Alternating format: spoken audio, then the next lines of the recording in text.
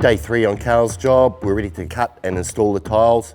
Carl's going to be using the Tusk TTT range of tile cutting blades. These are a really long-lasting, long-wearing blades suitable for cutting hard porcelain tiles. The tile adhesives we're using here today are the Ardex X52 for our floor tiles within the bathroom and toilet floors.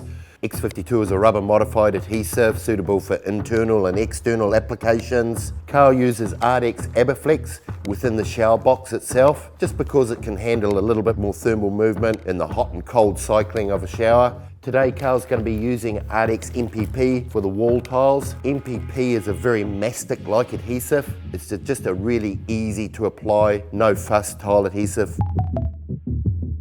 The X52 gets installed with a 12mm notch trowel onto the floors. X52 has a hot life of 2 hours and a cure time 8 to 10 hours prior to grouting. Carl uses the lash clip system, which is an efficient way of avoiding nipping in our tiles. The clip and the wedges keep the tiles aligned with each other. The tile trims we're using today are a satin chrome 12mm square nose. They're also available in bright chrome in sizes from 6mm up to 12mm. As well as the TTT tile cutting blades, Tusk do a range of cutting blades for aluminium, timber, fibre cement, all available from Look Floors.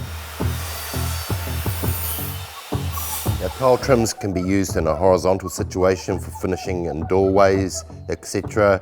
We can use them in a vertical situation for finishing our tiles around splashbacks and walls, and we can also use our trims to transition from horizontal to vertical.